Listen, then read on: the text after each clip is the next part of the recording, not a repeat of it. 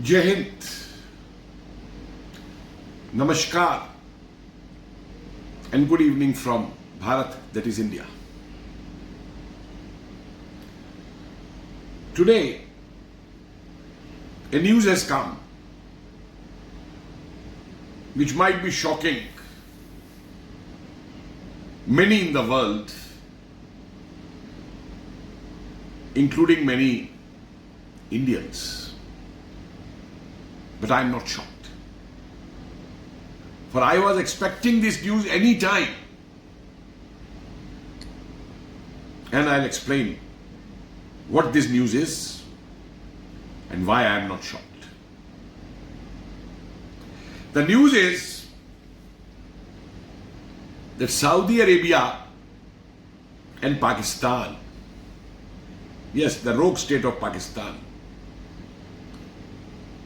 have signed a defense agreement that if any one of these countries is attacked by anyone else, any other country, they will defend each other.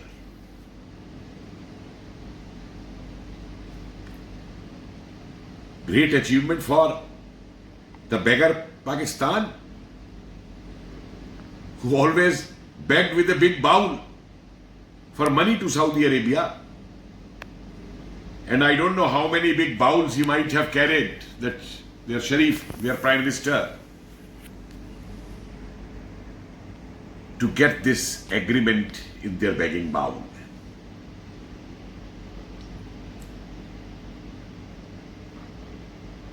It is funny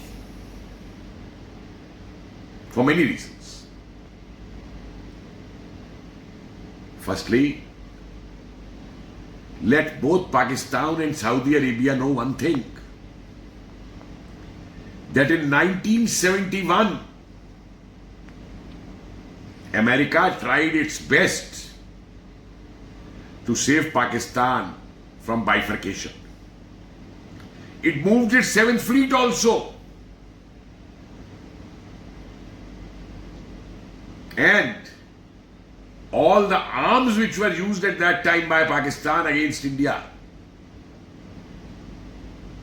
whether it was their saber jets or Patton tanks or star fighters,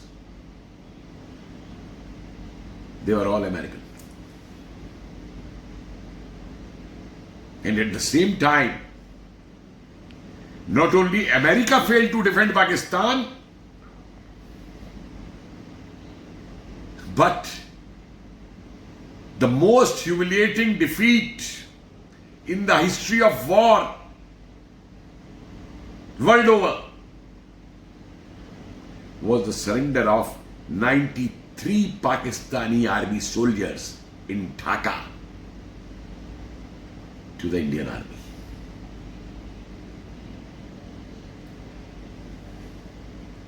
So Mr. Suleiman, what's his name? The Prince and Sharif signed 10 more such agreements. But there is much more to this. Two more things need to be understood. One is the psyche of Islamists. And the other is the worldwide conspiracy against India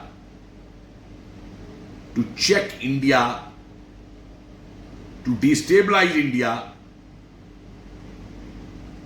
as today India stands as a major power in the world, not only in economy, but in defense and many other fields.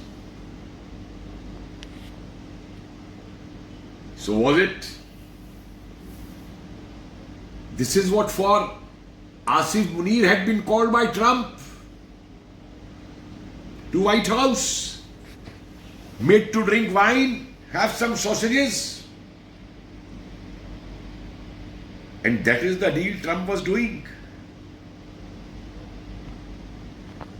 between him and Saudi Arabia. Do you think Saudi Arabia has the guts that without ignoring America they can go for such a deal? No. This is a direct intervention of America to bring about this deal, thinking and under the illusion that this will disturb India. Mr. Trump, you will fail here also. No doubt, Saudi Arabia has its own reasons in relation to oil economy and the way India has been moving up in that also. But this is a direct result of the American intervention in bringing these two countries to Islamists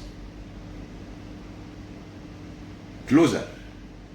Whereas till yesterday, the Saudi Arabia was not prepared to give more loans also to Pakistan, was throwing out its beggars from Saudi Arabia. And today this deal. India didn't do any wrong to Saudi Arabia. Then why? Under whose pressure? It is Mr. Trump. The second aspect, please come to that.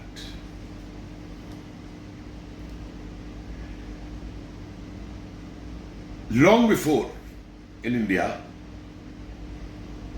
one of the freedom fighters in India, Annie Besant, she was an Irish, had made a statement. And what was that? We have been forced to see that the primary allegiance of Muslims, the primary allegiance of Muslims is to Islamic countries, not to our motherland. And Baba Sahib B.R. Ambedkar carried this further in his book, which he wrote on Pakistan or the partition of India, where he wrote, the allegiance of a Muslim does not rest in the domicile country, which is his, but on the faith to which he belongs. And he further elaborated the concepts of Darul Islam and Darul Harab. Darul Harab is where the Kafirs rule, but some Muslims rules.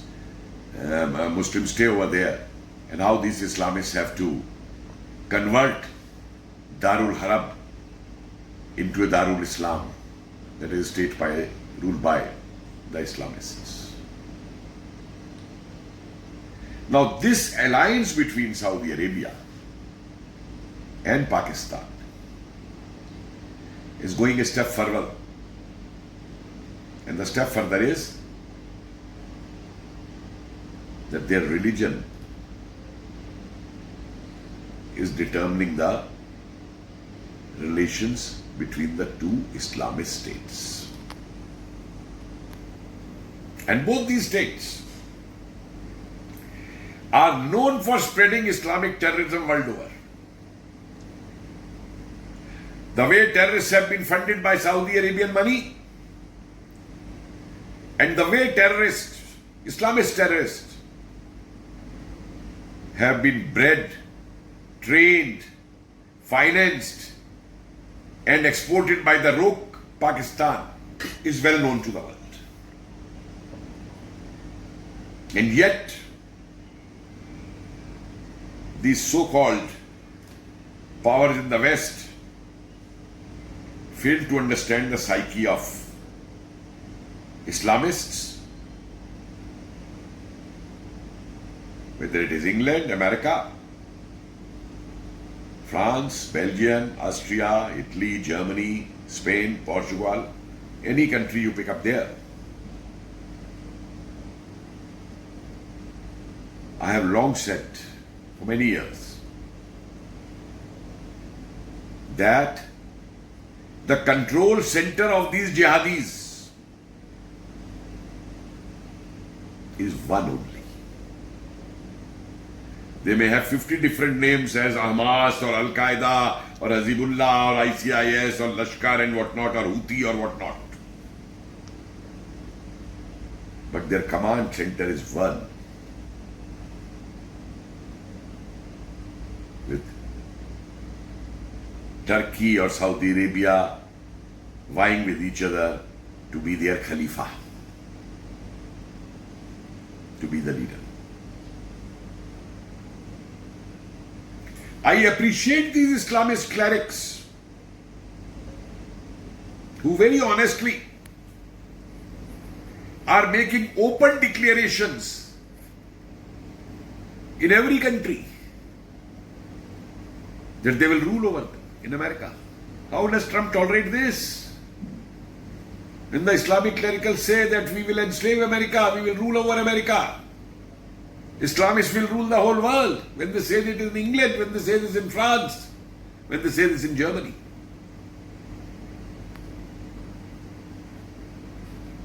What does this mean? This means that it's with the full knowledge of the deep state or the rulers over there what goes on. And it has fallen to such an extent that in England, 364 MPs are not even prepared to hold inquiries against the rape of 10,000, more than 10,000 of their young innocent girls, teenagers. So this alliance between Pakistan and Saudi Arabia, and you will soon find Qatar also joining it, Yemen also joining it.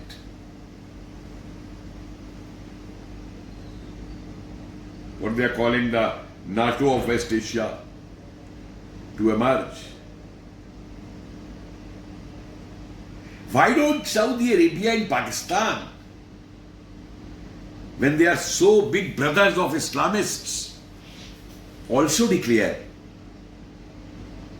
that if anywhere in the world Islam is attacked, they will wage war against that country also? Can they? It's China who has taught them a lesson. Mosques converted into bars, dancing clubs, no permission to hold their namaz. Vulgar Muslims in concentration camps, working as labor. Where does these Islamists loyalty to their Islam then goes away? Why? Because it is the stick which matters. And they know very well that they can't do anything of China or anything against China. There are only two countries, I'll say, in the world who know how to deal with them. One is China, as I gave the examples to you, and the other is Israel.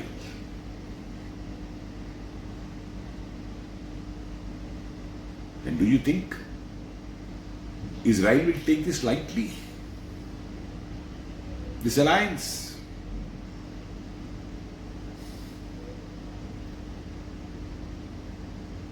Or India is going to sit quiet?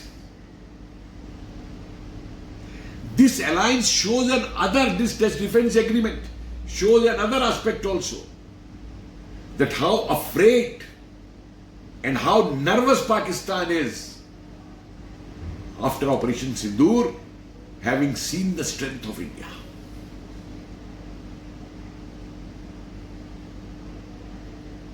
After 71 itself, it never dreaded to come into a direct conflict with India.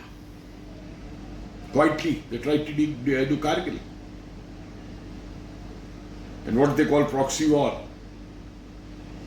Started sending terrorists. Because Pakistanis know that if they come in direct war with India, India will bash them up.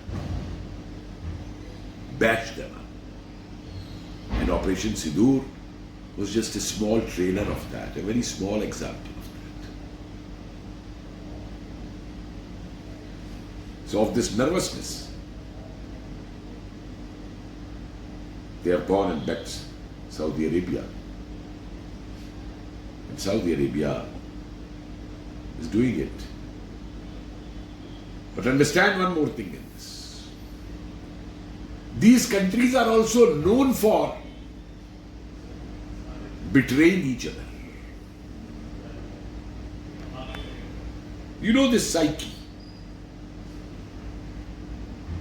that Aurangzeb could kill his brothers, behead them to rule. So are these states. If tomorrow someone throws some more dollars, $1 million to Pakistan, you will jump over that side. And it is time that India should not take these Trump's gimmicks. When the media says, oh, Trump is making a U-turn, he has sent this message, he has sent this message. No damn message. He too is a joker, like Zelensky. And a very clever one. And he knows what he is doing. His tariff failed. So devise more methods. No doubt, India will have to strengthen more its defenses, its economic policies. And India is moving ahead in that, moving very strong. But at the same time, let this alliance be an eye-opener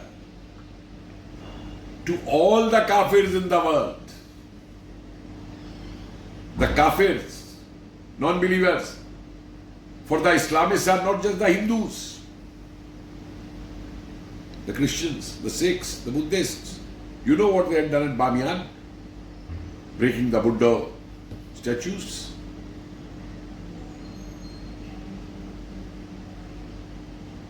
All are kafirs. And what is the treatment they follow for the kafirs? Kill them, convert them, or enslave them. And who does that is a Ghazi, the warrior of Islamists. So this is what they are up to. And if this psyche, these so-called jam intellectuals of the West can't understand,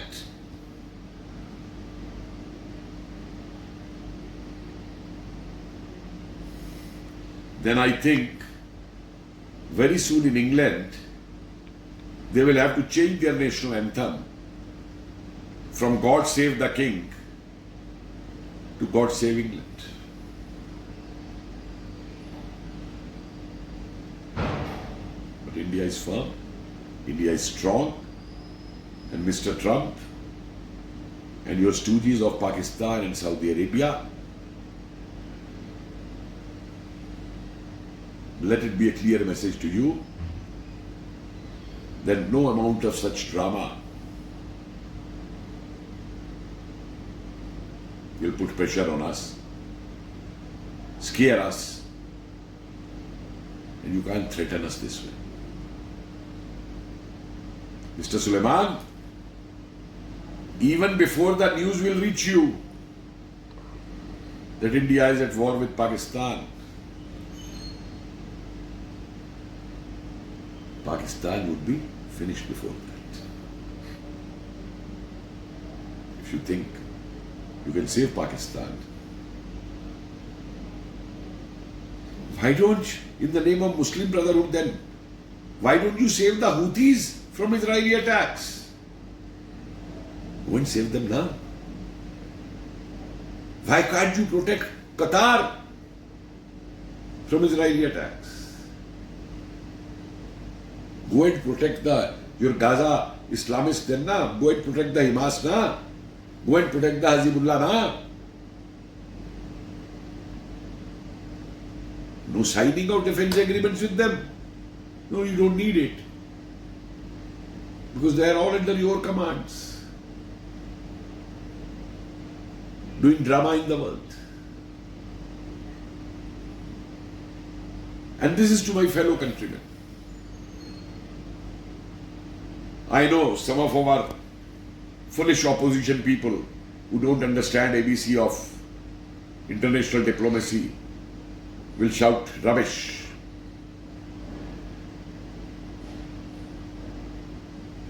But so long we have a strong Prime Minister and his team and our brave army,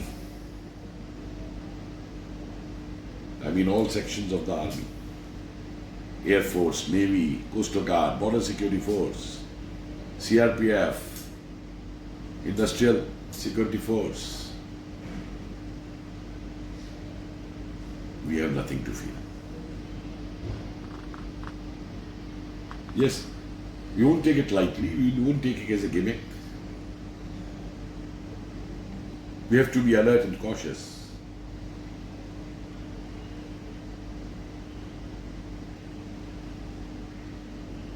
But both Pakistan and Saudi Arabia